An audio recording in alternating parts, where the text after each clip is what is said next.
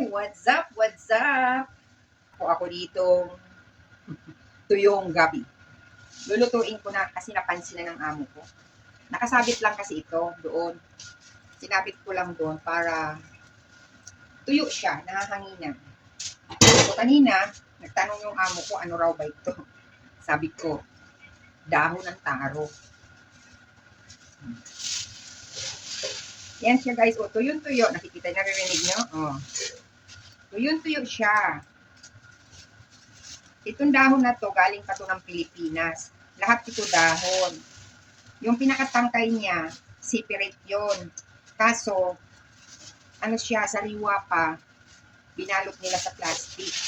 Eh yung nagdala, hindi niya naasikaso pagdating sa bahay ng amo niya.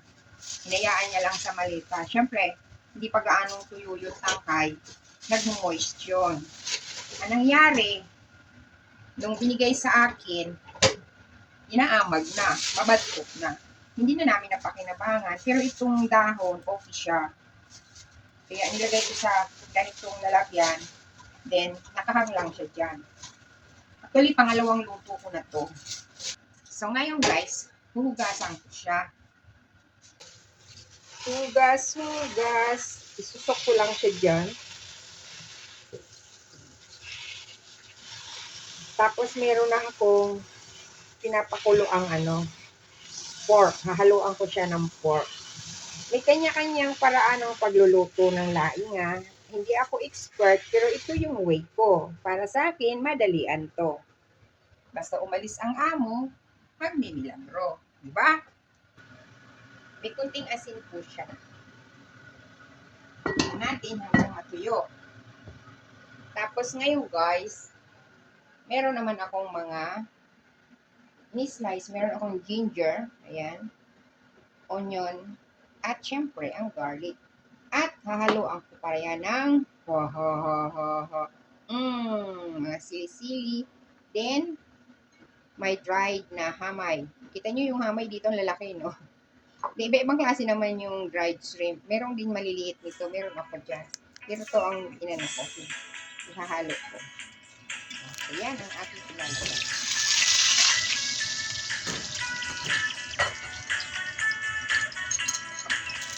Yan na guys.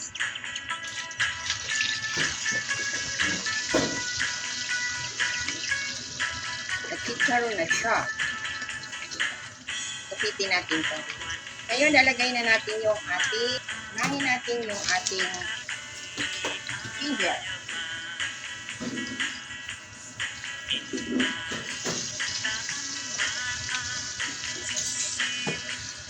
Then, yung ating onion. Dito ang way ko magawa.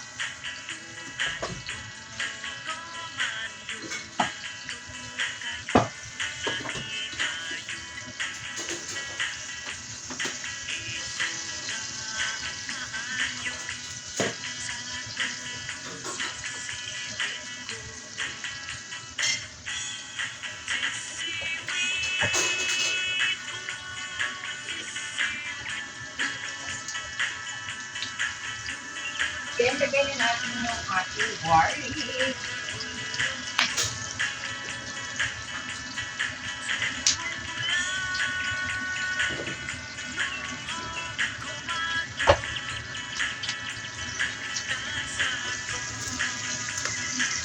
So, ayan.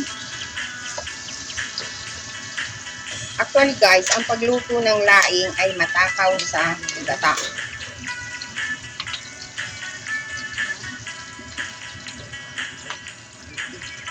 Kaya ang gagawin ko, lutuin ko muna siya sa water.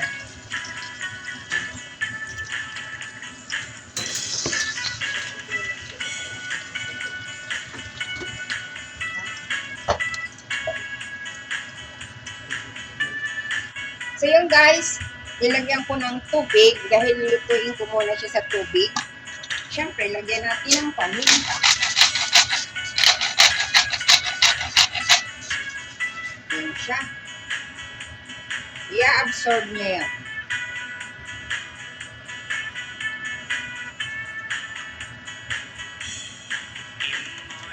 Natin yung kamay. Dapat kanina doon sa tubig. Kaya mo na yung okay lang yun. Para maglasa siya.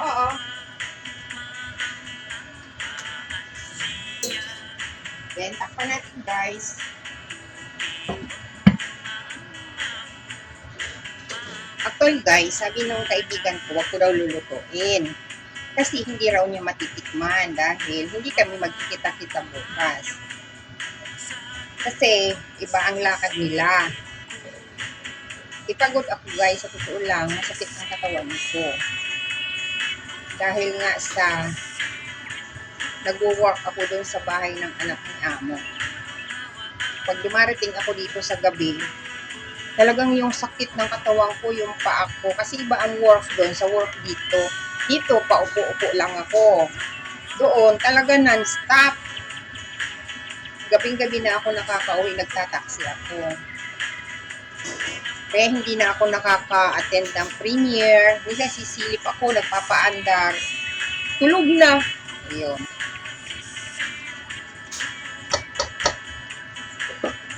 So, kami yung nilagay kong tubig, ina-absorb na. Lalagay ko na yung isang latang gata. Mamaya yung isa naman.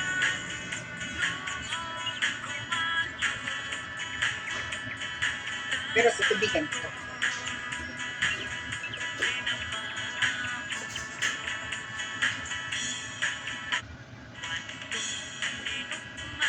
Makigata talaga, lalot dahon.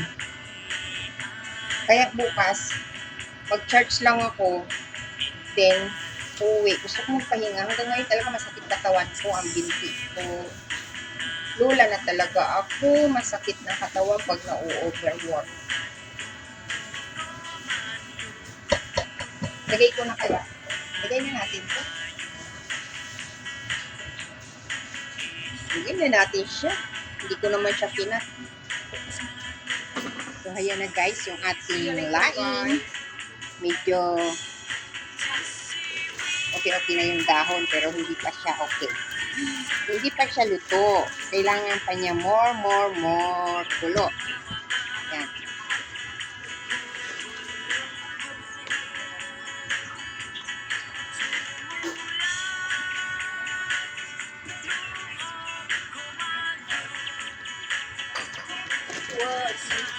Ay, natuyot na.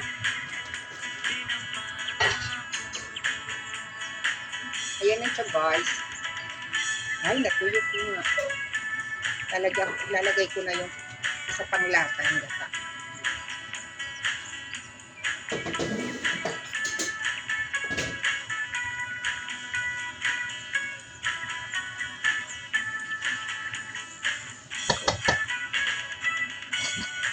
Second coconut milk.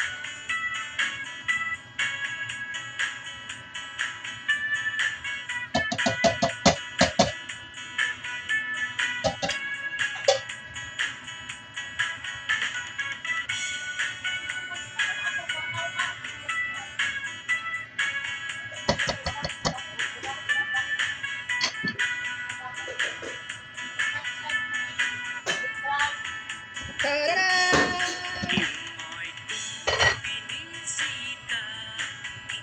So, ayan na guys. Malambot na yung dahon. Oh, kita nyo? Lamit-lamit na yan.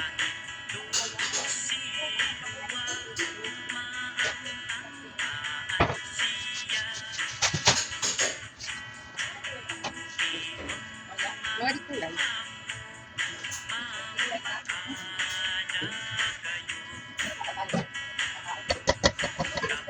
Ano ko lang ako, ha? Hindi ko naman ikaw lang ako. Hindi ko nakatrabaho ng kwarto. Dapat ngayon pa lang ako nagtrabaho. Isang oras lang siya na wala.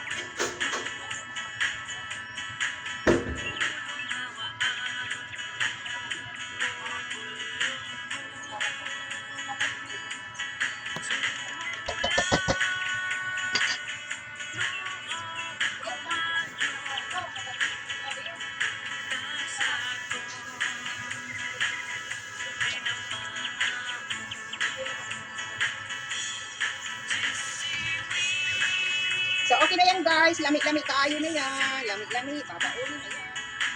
Nakahanda na, nakahanda.